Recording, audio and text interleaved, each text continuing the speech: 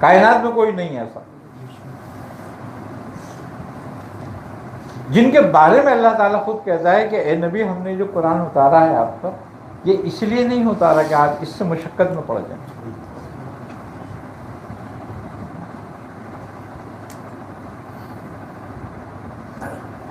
لیکن انہی کو کہہ رہا ہے کہ کھڑے ہیں, آپ کھڑے ہو جائیں اور قیام کریں آدھی رات یا اس سے کچھ کم رات. تو آپ ایسی ذات کے لیے کہ مشاہدہ اور معرفت اور خدا کی معرفت جن کو ودیت تھی, انہیں کسی کشف کی ضرورت نہیں تھی. آپ کا علم ایسا ہے گویا کہ تمام مخلوق کا علم, جس میں اولیاء بھی ہوں اور انبیاء بھی ہیں, ان تمام مخلوق کا علم آپ کے آگے حادث ہے, آپ کے علم کے آگے. یعنی کہ ساری خلق کا علم لگا لیا جائے تو وہ اولیاء اللہ کے آگے حادث ہے, اور اولیاء اللہ کا سارا علم لگایا جائے تو وہ انبیاء علیہ صلاۃ علیہ السلام کے لیے حادث ہے ان کے سامنے. اور تمام انبیاء کا علم لگایا جائے تو آپ سرور عالم صلی اللہ علیہ وسلم کے علم کے آگے حادث ہے. تو ایسی ذات کے لیے وہ کہہ رہا ہے کہ آپ کھڑے ہوں, قیام کریں. تو پھر اور کون کیا ہے, اور کوئی سمجھے گا اس کو کتنا کس کی ضرورت ہے. پھر جد و جہد کر, اسی لیے کہا ہے کہ مجاہدہ کر.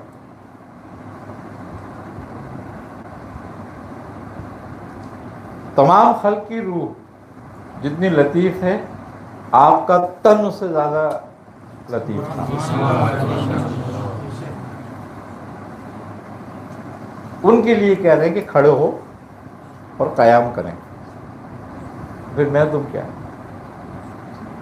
اور کوئی کیا حیثیت ہے کسی کی کائنات میں؟ کیوں کہ رات کو کھڑا ہونا اور اللہ کے لیے اپنے آرام کو چھوڑنا, دنیاوی عیش و آسائش کو چھوڑنا, اس سے مراد صرف وہ چرپائی سے کھڑا ہونا نہیں ہے.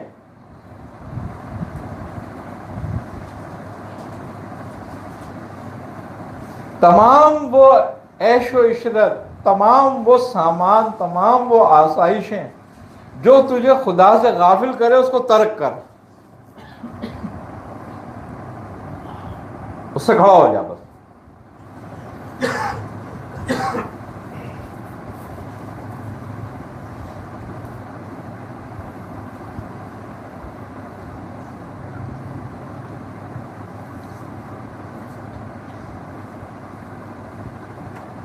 آئی نا سمجھ بات.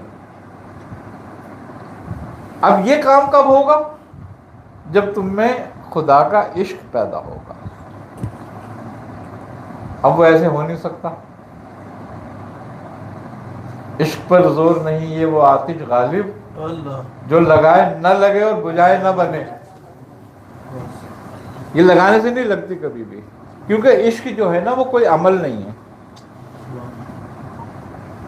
نہ کوئی علم ہے, نہ یہ عمل ہے نہ یہ علم ہے, بلکہ یہ فضل ہے جس پر ہو جائے.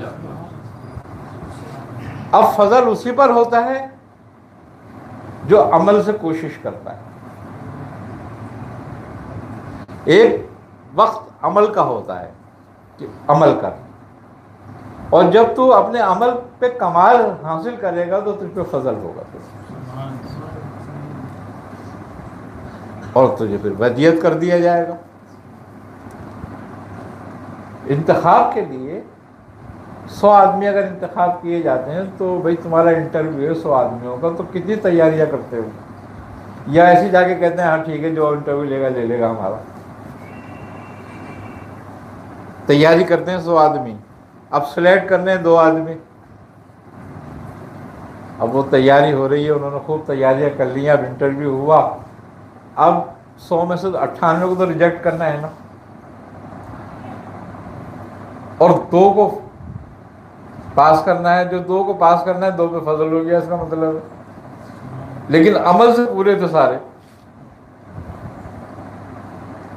تو اس لیے عمل، اب عمل کب کامیاب ہوتا ہے؟ جب اخلاص ہو.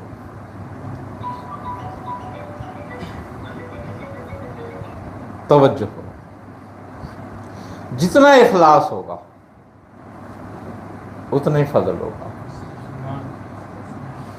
اخلاص نہیں ہوگا، بس خالی عمل ہی ہوگا، تو پھر وہ دلوں کی حالت کو بہت اچھا جانتا ہے نا.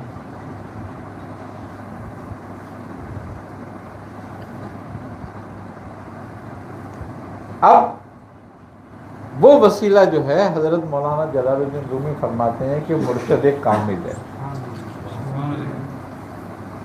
کیوں؟ کہ علم حاصل کرنا ہے تو اہل علم سے ملو اور ان کی صحبت میں بیٹھو تو علم حاصل ہوگا. کیا؟ اور محبت حاصل کرنی ہے تو اہل قلب کی صحبت میں بیٹھو، اہل دل کی محبت میں، کہ وہاں سے تمہیں محبت حاصل ہوگی.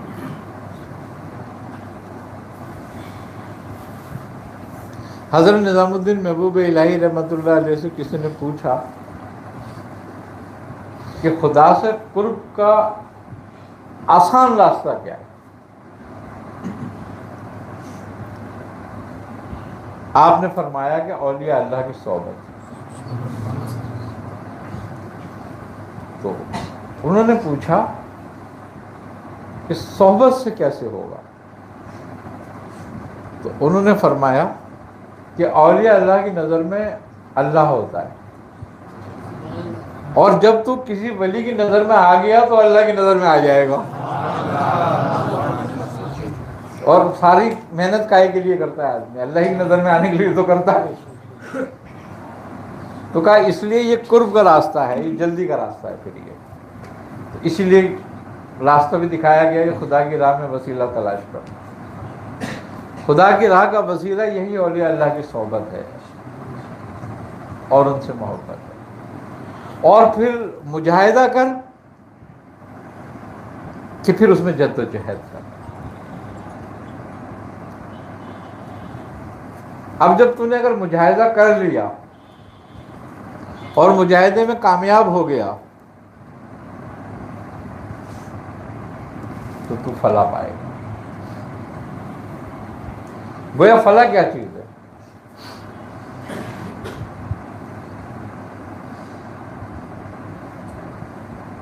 تین گروہ ہیں نا، ایک دانے ہاتھ والے، ایک بائیں ہاتھ والے اور ایک آگے والے. تو ایمان والے جو ہیں وہ دانے ہاتھ والے ہیں، جو یا ایھا الذین آمنوا کے خوف میں ہیں. اور کفار اور مشرکین بائیں ہاتھ والے ہیں. ہے نا یہ بات؟ تو جو دانے ہاتھ والا ہے وہ صرف اپنے ہی لیے ہے، اس کے تمام اعمال اس کے اپنے لیے ہیں. ٹھیک ہے نا؟ لیکن فلاح کا مقصد یہ ہے کہ جس نے فلاح پایا تو وہ کیا ہے؟ والسابقون السابقون اولئک مقربون. یہ وہ ہیں جو آگے بڑھنے والے ہیں اور یہی مقرب ہے.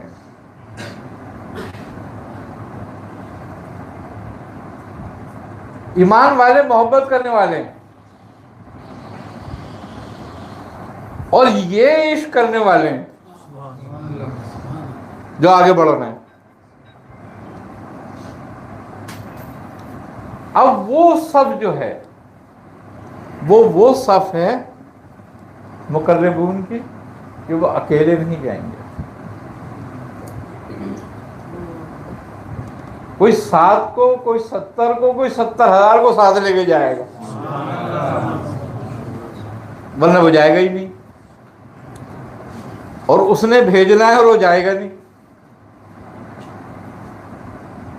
اب وہ پوچھے گا بھائی کیوں نہیں جا رہا؟ تو کہنے یہ میرے ساتھ جو ان کو بھی تو بھیج. تو پھر حکم ہوگا جاؤ ان کو بھی لے جاؤ. یہ ہیں فلاح والے کہ جو اکیلے نہیں جائیں گے.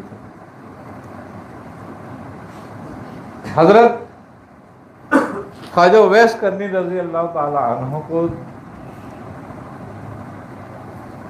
جنت کے دروازے پہ روک لیا جائے گا، تو آپ پوچھیں گے کہ سب لوگ تو جنت میں جا رہے ہیں، مجھے کیوں روک لیا؟ تو حکم ہوگا اے اویس اپنے پیچھے دیکھو. تو جب پیچھے دیکھیں گے تو ایک بہت بڑا جمع غفیر خلق کا یہ تمہاری منتظر ہیں.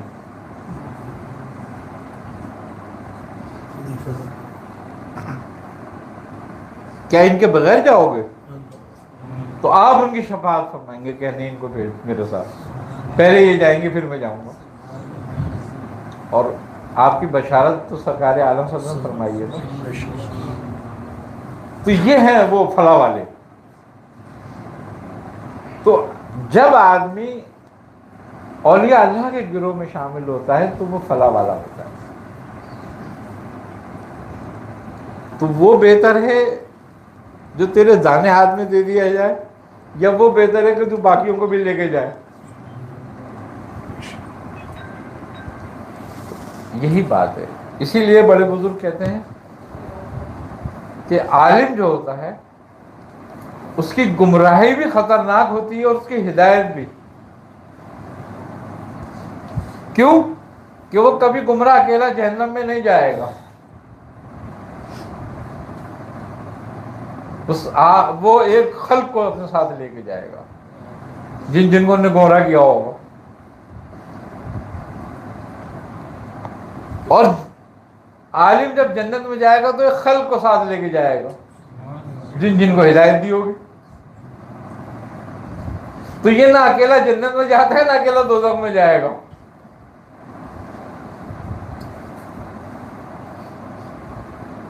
اسی لیے عالم پر ایک بڑی ذمہ داری ہوتی ہے کہ خطائے عالم خطائے عالم ہو جاتی ہے.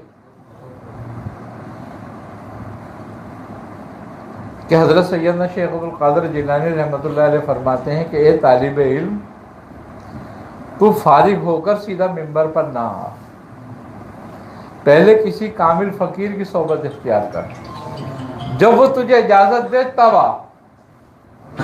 اور اس سے پہلے آئے گا تو لوگوں میں فساد ڈالے گا، یعنی یہ گمراہی پھیلائے گا، اور تیری پھیلائی بھی گمراہی قیامت تک چلے گی، اور تیری دی ہوئی ہدایت بھی گمراہی تک چلے گی، قیامت تک چلے گی.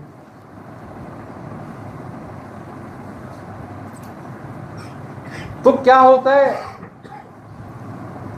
اولیاء اللہ سے یعنی کہ صحبت اولیاء کیا ہوتی ہے کہ کسی نے حضرت محبوب الہی، اور جب اللہ یاد آ گیا تو سمجھ لے یہ اللہ والا ہے.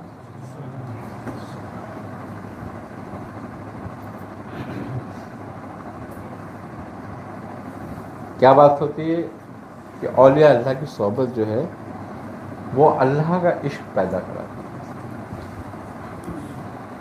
اور آدمی محبت سے نکل کر عشق میں جاتا ہے. دیکھو اب بہت سارے لوگ یہ سمجھتے ہوں گے محبت میں اور عشق میں فرق کیا ہے. بہت بڑا فرق، اور وہ فرق یہ ہے کہ محبت دو فریقوں کے درمیان ہے. محبت کا اثر حرف کیا ہے؟ میم ہے. میم کے معنی میں، اور حرف محیط یعنی کہ آخر کا حرف تے ہے یعنی کہ تو، اور بیچ میں حب ہے. تو یہ میرے اور تیرے درمیان میں حب ہے. اور عشق عین سے ہے یعنی کہ باقی ایک ذات، جس میں دوئی ہو گئی رہ گئی اس میں محبت ہے، اور جس کی دوئی ختم ہو گئی مٹ گئی وہ عشق ہے. تو جب تک میں اور تو رہتے ہیں جب تک فساد ہی رہتا ہے.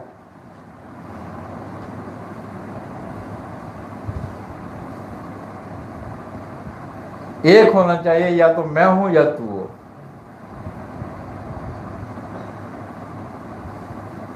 کیونکہ یہ عین ہے.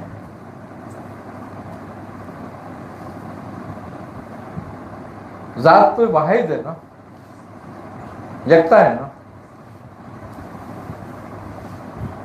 تو پھر دو کیوں ہوں؟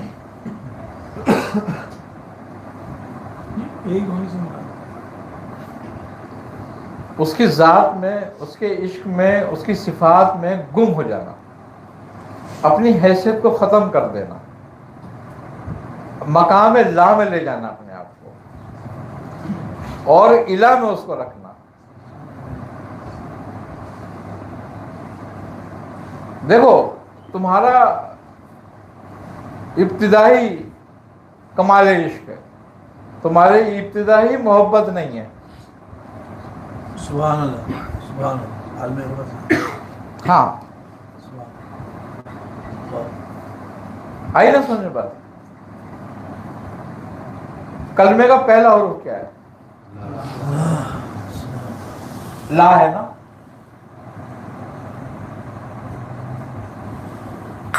لا کے معنی کیا ہے؟ نہیں،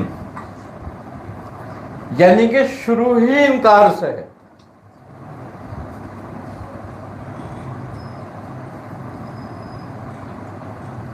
اقرار سے شروع نہیں کیا گیا،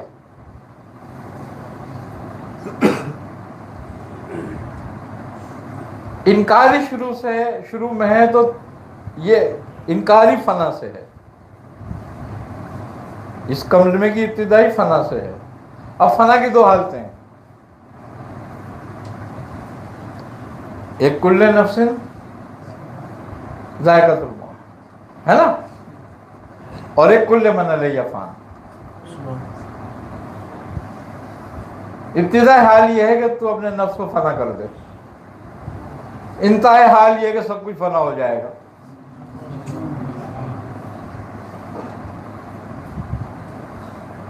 اگر نہیں کرتا تو مسلمان بھی نہیں ہوتا۔ یہ بھی بات ہے، مسلمان کی بھی دو حیثیتیں ہیں، ایک مسلمان شرعی ہے، جو کلمہ پڑھ لے گا مسلمان ہو جائے گا، یہ تقلیدی مسلمان ہے۔ اب مسلمان احسانی وہ ہے کہ جو اس مقام کو سمجھے اور اس پہ قائم کر لے۔ بزرگ کہتے ہیں اس کو سمجھنے والا مسلمان عرفانی ہے، اور اس پہ قائم ہو جانے والا احسانی ہے۔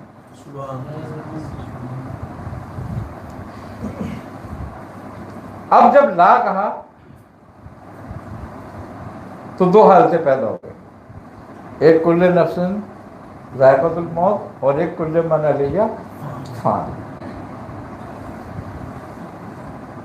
اب پہلے نفس کو فنا کر، جب تم نے اس کو فنا کیا تو پھر کل من علیہ میں آئے گا۔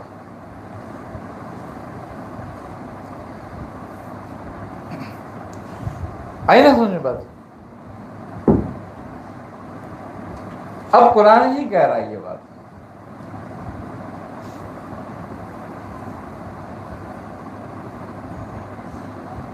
کیا کہ اور جس نے کفر کیا طاغوت کے ساتھ، وَيَكْفُرُ بِالطَّاغُوتِ وَيُؤْمِنُ بِاللَّهِ، جس نے کفر کیا طاغوت کے ساتھ وہ ایمان لایا اللہ پر۔ طاغوت کیا ہے؟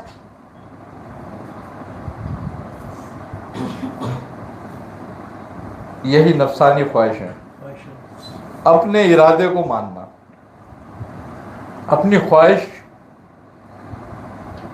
کے مطابق چلنا۔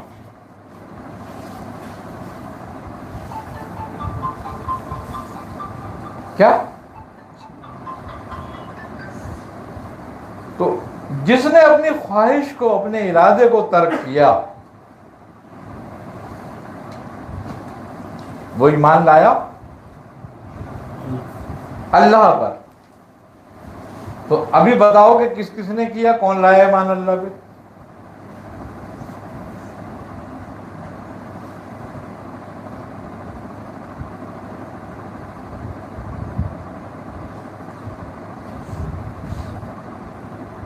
تقلیدی مسلمان تو ہیں ہم، بالکل ہیں، اور اس کا فائدہ بھی یہی ہے کہ ہم مشرک نہیں ہیں، شرک جلی سے ہم محفوظ ہیں۔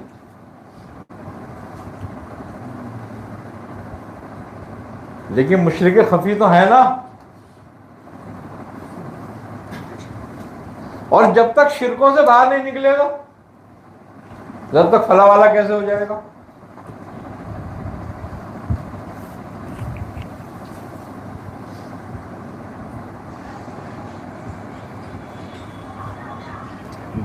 جس نے کفر کیا طاغوت سے. اب وہی بات ہے کل نفس ذائقہ الموت، کہ ہر نفس نے موت کا ذائقہ چکھنا ہے. احادیث میں ہے کہ مر جانے سے پہلے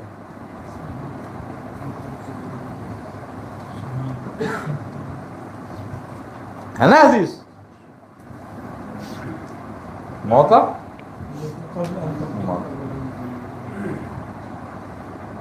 حدیث ہے نا یہ تو.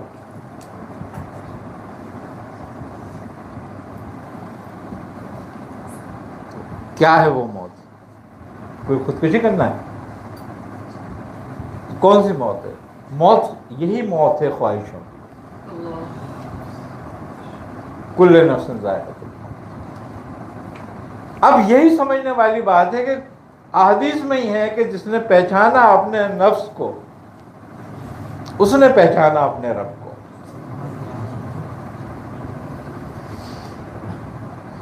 کہ یہ نفس زندہ بھی رہے اور اس کو موت بھی آ جائے.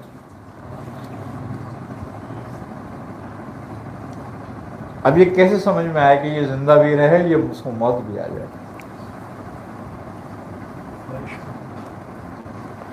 اس لیے کہ تو اپنی خواہشوں کو مار دے، خواہش نفسانی مر جائے اور تیری محبت جاگ جائے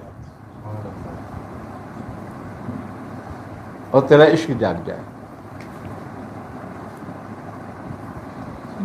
جیسے انسانی خواہشات میں ضرورت بالکل فرق ہے. خواہش کب کیا ہے اور ضرورت کب کیا ہے؟ اس کی بھی وضاحت کرتا ہوں. اب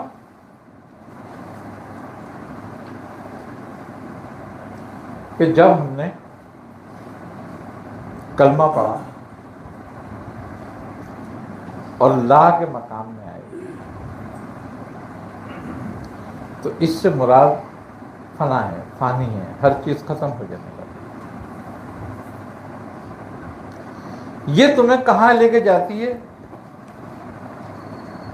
ذکر کا جب تک ہم مفہوم نہیں جانتے ہمیں ذکر فائدہ نہیں کرتا.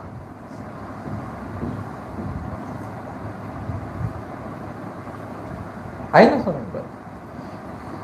جب ہم لا کہتے ہیں تو یہ ہمیں لے کے کہاں جاتا ہے؟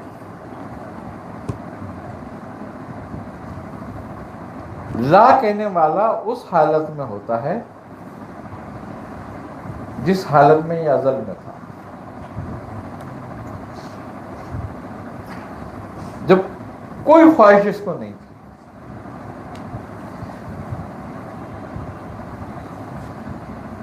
آگے سمجھ بات؟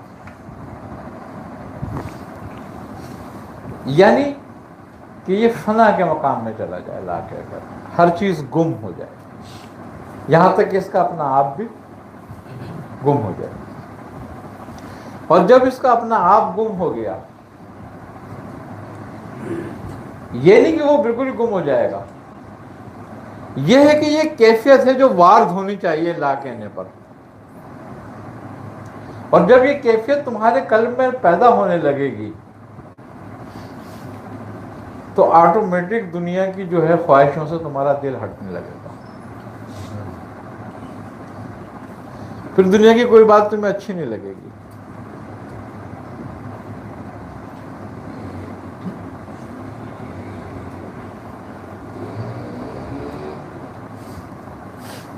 اور جب کوئی بات اچھی نہیں لگے گی تو تم دنیا سے بے دل ہو جاؤ گے. اور دنیا سے بے دل کرنے سے مراد کیا ہوتی ہے؟ کہ تو دنیا سے مت نکل مگر تجھ میں سے دنیا نکل جائے. تو دنیا میں ہی رہ مگر تیرے اندر سے دنیا نکل جائے. بزرگ کہتے ہیں کہ جس نے دنیا پائی وہ علت میں مبتلا ہوا. اور جس نے دنیا کھوئی وہ ذلت میں مبتلا ہوا.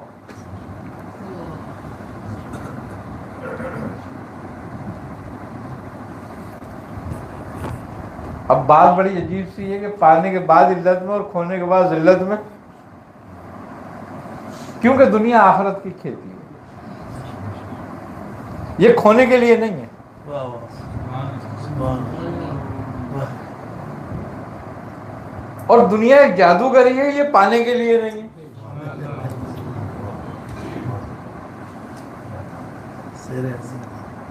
یہاں پر تو نے اسی کو ڈھونڈنا ہے جس سے وعدہ وہاں کر کے آیا تھا.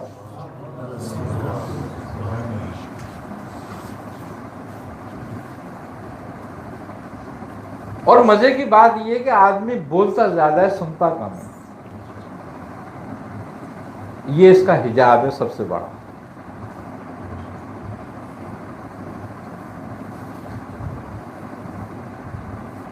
یہ بولتا زیادہ ہے اور سنتا کم ہے.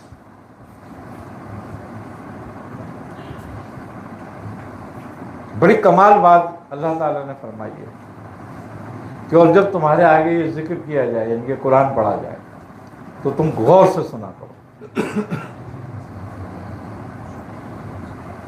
ہے نا یہ بات کہ تم غور سے سنا کرو اس کو. تو کیا مراد ہے اس بات سے غور سے سننے سے؟ غور سے سننے سے مراد یہ ہے کہ کائنات اللہ کے ذکر میں ہے اور تو غافل ہے.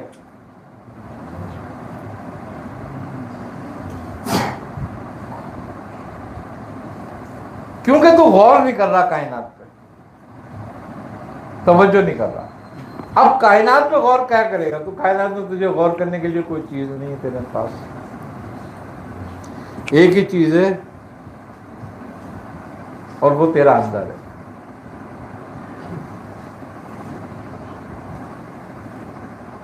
وہ تیرے اندر ہے اور وہ امانت ہے. جب اللہ تعالیٰ نے امانت دی پہاڑوں کو، فرشتوں سے کہا کہ جاؤ پہاڑوں کو دے کر آؤ، تو پھر پہاڑوں نے کیا کہا کہ ہم نہیں لے سکتے. سمندروں نے منع کر دیا، سب نے منع کر دیا. فرشتوں نے کہا یار اب اس کائنات اس راز کا ہم کیا کریں؟ پہاڑ منع کرتے ہیں، سمندر لیتا نہیں ہے، اس کو کہاں چھپائیں؟ تو رب کائنات نے کہا کہ یہ سب اس کی حقیقت کو جانتے ہیں کہ یہ راز کیسا راز ہے کہ اگر یہ پہاڑ پہ ڈالا جائے گا تو ریزہ ریزہ ہو جائے گا اور سمندر میں ڈال دیا جائے تو سوکھ جائے گا. اور یہ انسان ایسی چیز میں نے بنائی ہے یہ ہر جگہ ڈھونڈ لے گا اس کو.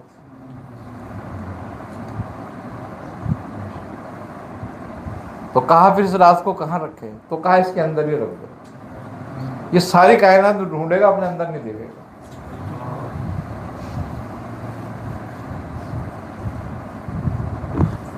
تو پہلی مرتبہ جب تم سے کلام ہوا تھا تو تم نے بولا تھا یا سنا تھا؟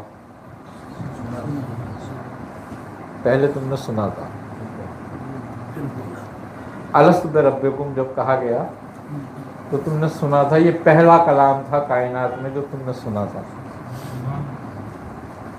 تو اس کا مطلب ہے تمہارے اندر جو قوت ودیت کی گئی ہے سننے کی، وہی اس راز کو پاتی ہے. تمہارے بولنے کی جو طاقت ہے وہ اس راز کو نہیں پاتی کبھی بھی. اس لیے کہ بولنا تو اقرار کا تھا. جب الست بربکم کہا گیا تھا تو وہ راز ودیت کر دیا گیا تھا. ہر انسان میں موجود ہے، کافر ہو چاہے مومن. جب ڈھونڈتا ہے تو نکال لیتا ہے، لیکن اپنے اندر ہی. لیکن جب تک لا کے مفہوم کو نہیں سمجھتا، جب تک اس راز تک نہیں پہنچتا.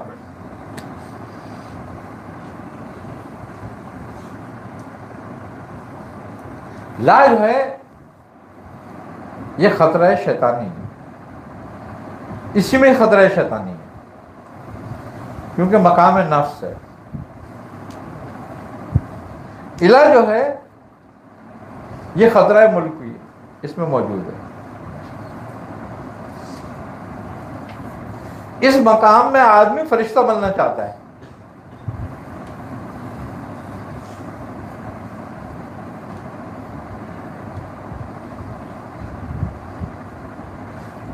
یہ وہ مقام ہے جس میں خطرہ ملکی موجود ہے.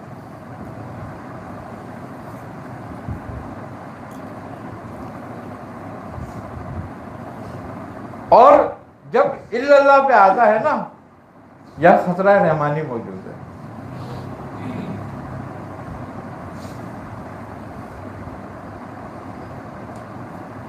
کیونکہ اس مقام میں آدمی کیا اٹھتا ہے؟ انا. کس نے انا کا، کس نے انا ما سبحان. تو لا کے مقام کو سمجھنا ہے تو پہلے اپنے نفس کو سمجھو.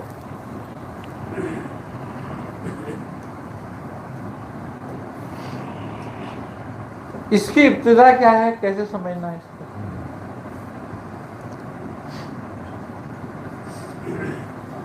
یہ سمجھ میں جب آئے گا جب بلا ضرورت بولنا چھوڑ دو.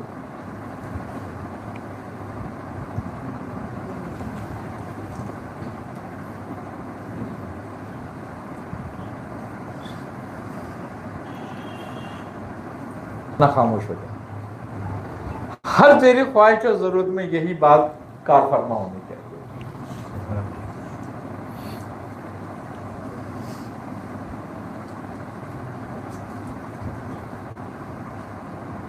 بعض بزرگ کہتے ہیں کہ بھوک تجھے کتنے دن میں مار سکتی ہے؟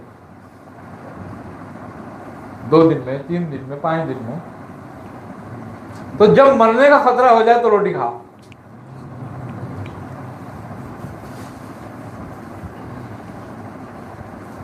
یہ ضرورت ہے. اور روز کھاتا ہے یہ خواہش ہے.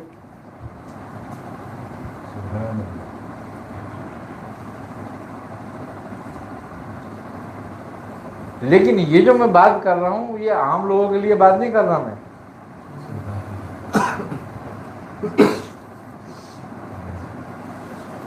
عام آدمی تو 5 بار روٹی کھائے، اس کی مرضی ہے. آئی سمجھ، جب اس کو بھوک لگے کھائے.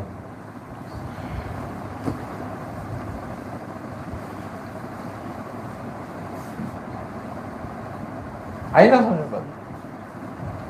لیکن یہ بات کر رہا ہوں میں عاشق کی. کیوں؟ کہ وہ کہتا ہے کہ جتنی بھوک میں جتنی دیر روٹی کھاتا ہوں نا اتنی دیر غافل ہو جاتا ہوں. اور یہ حجاب مجھ سے برداشت نہیں.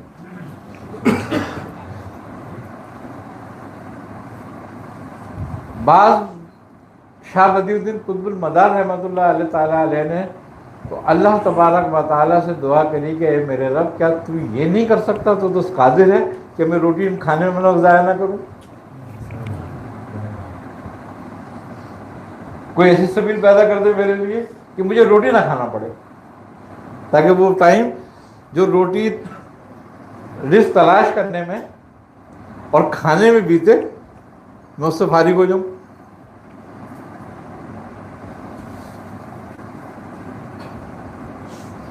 تو کپڑے بنانے پڑتے ہیں، نہانا پڑتا ہے. کیا یہ حجاب نہیں ہے میرے لیے؟ یہ آپ کی خواہش کی ہے. دعا کریے آپ کہ میں یہ سب کچھ اس لیے نہیں کرنا چاہتا کہ میں تجھ سے غافل نہیں ہونا چاہتا بس، کہ میں اپنے کام میں لگوں، میں تیرے کام میں لگا رہا ہوں بس. تو آپ جس جہاز میں سفر کر رہے تھے وہ جہاز پھٹ گیا، غرق ہو گیا، غرق ہو گیا.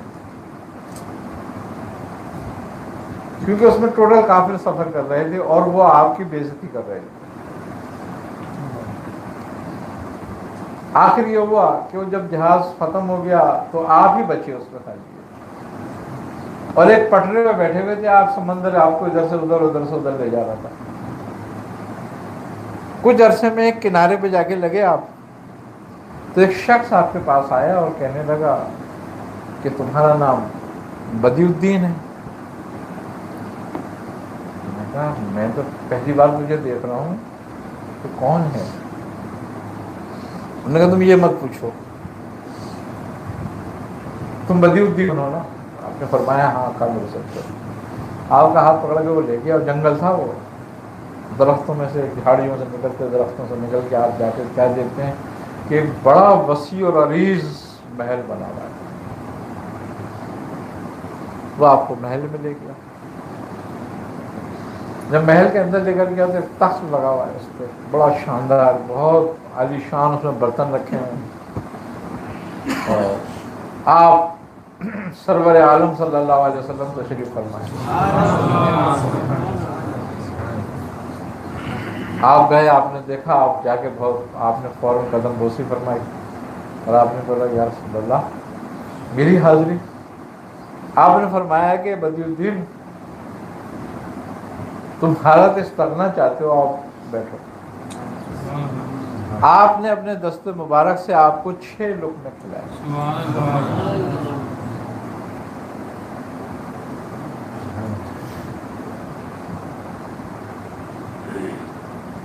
اور پھر آپ کے چہرے مبارک پہ آپ نے ہاتھ پھیرا اور کہا جاؤ، اللہ نے تمہیں مقام سمدیت عطا فرمائی ہے، اور تم آج سے مستغنی ہو گئے ہر چیز سے۔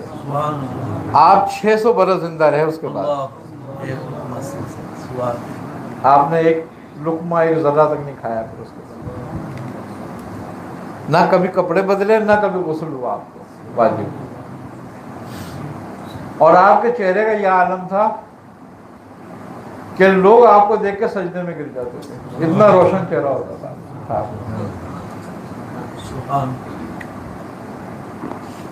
اللہ تعالیٰ کی نشانیاں ہیں،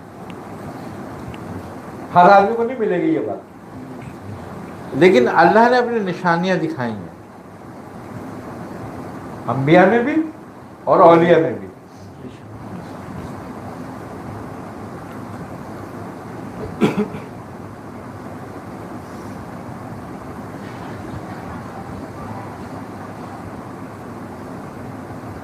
تو اس خاک کو چاہے تو کالا کر لے، چاہے تو روشن کر لے۔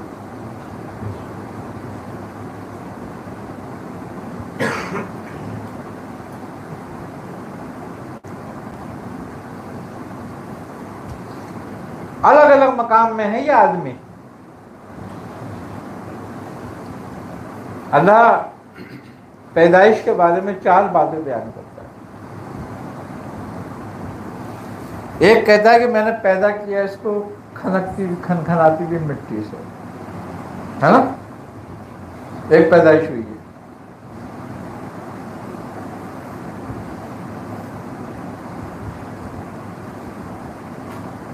دوسری پیدائش کے بارے میں کیا ہے کہ ہم نے اس کو پیدا کیا تھوڑے سے پانی سے اور خون کی پھٹکی سے۔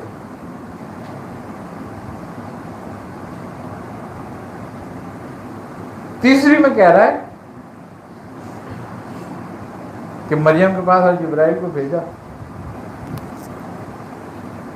اور کہا کہ اللہ تجھے بیٹا دینا چاہتا ہے۔ تو انہوں نے کہا کہ مجھے کیسے ہو سکتا ہے بیٹا، میرے سے کیسے بیٹا پیدا ہوگا؟ انسان مرد کے بغیر تو عورت کو اولاد نہیں ہو سکتی نا۔ تو آپ فرماتے ہیں کہ اللہ تجھے دے گا، اپنے امر سے پیدا کرے گا۔ تو یہ پیدائش کیسے ہوئی؟ امر سے۔ ایک ہی انسان کتنی حالتوں میں پیدا ہوا؟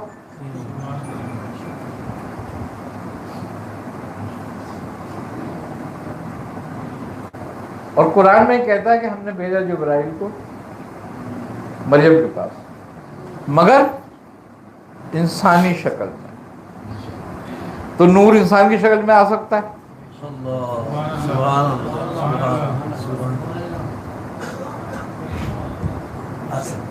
اس پہ کوئی اعتراض نہیں کرتا کہ نور انسانی شکل میں کیسے آ گیا؟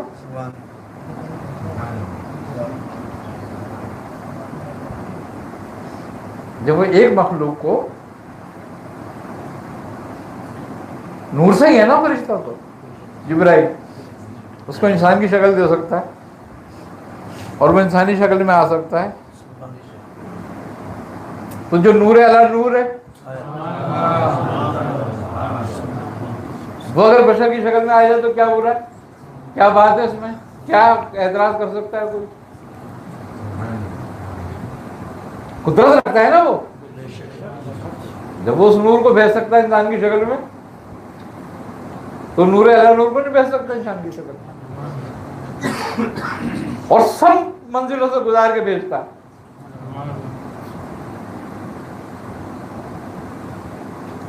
تو انسان اپنے اندر یہ چیزیں تلاش کرتا ہے، یہ راز ہیں خدا کے۔ جب معرفت حاصل کرنے والی ہوتی ہے تو یہ اپنی پیدائش پہ، اپنے نفس پہ غور کر کہ تیرے پہ 3 حالتیں وارد ہو چکی، اور جب تک تو ان تینوں حالتوں سے نہیں گزرے گا، جب تک تو اس کی معرفت کو نہیں جانے گا، حقیقت کو نہیں جانے گا۔ اور تینوں حالتیں تیرے اندر موجود ہیں۔ تیرا جسم کا حصہ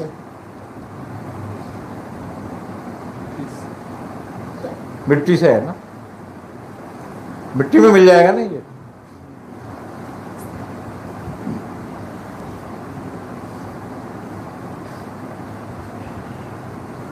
ہے۔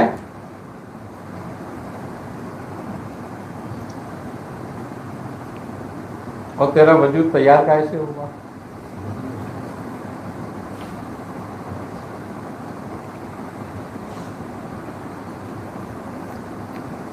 اور امر تجھ میں موجود ہے۔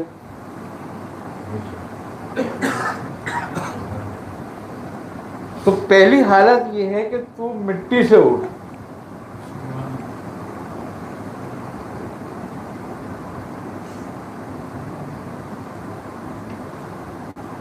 دوسری حالت یہ ہے کہ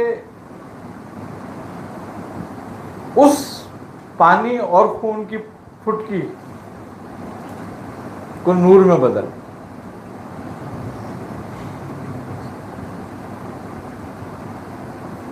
اور امر میں داخل ہو۔ اب یہ کیا ہے؟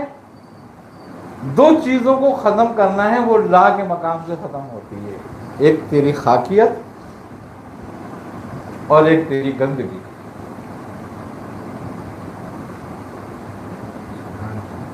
خاکیت کیا ہے؟ تیری خواہشیں، اور گندگیت اس پہ عمل کرنا۔ جب تو دونوں کو ترک کر دے گا تو خصائل رذیلہ تیرے میں سے دفع ہو جائیں گی۔ اور خصائل رذیلہ ہم میں پیدا کیوں ہوتی ہیں؟ کیونکہ ہم عالم اسفل میں ہیں اور ہمیں دنیا کی محبت ڈالی گئی ہے ہم پر حجاب کے طور پہ، اور خصائل رذیلہ ساری جو ہم میں موجود ہیں وہ صرف دنیا کی محبت کی وجہ سے ہیں۔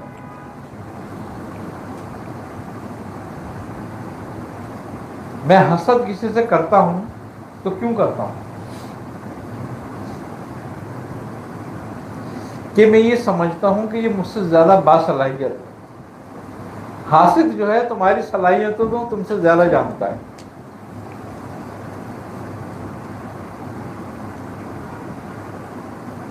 کہ یہ مجھ سے آگے بڑھ رہا ہے، اس کو زیادہ لوگ چاہ رہے ہیں، تو حسد پیدا ہوتی ہے۔ یہ کیوں ترقی کر رہا ہے؟ اب چونکہ ہمارے پاس معیار ترقی کا دولت ہے، لوگوں میں عزت ہے، شہرت ہے، تو ہمارے پاس نہیں ہے وہ، تو ہمیں چڑ پیدا ہوتی ہے، پھر اس کی برائی بھی کرتے ہیں کہ یہ تو ایسا کر کے لایا تھا، اس نے تو ایسا کرا تھا، اس نے تو ایسا کرا تھا، اس کی غیبت بھی کرتے ہیں، اس سے حسد بھی رکھتے ہیں، اور موقع لگے تو دشمنی بھی پوری کر لیتے ہیں۔ تو یہ سارا کا سارا عمل کس بات پہ ہو رہا ہے؟ کس وجہ سے ہو رہا ہے؟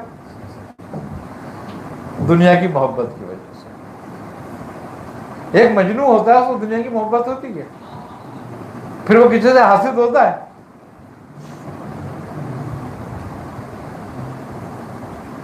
کسی سے بھی حسد نہیں کرتا وہ، نہ کسی کی برائی کرتا۔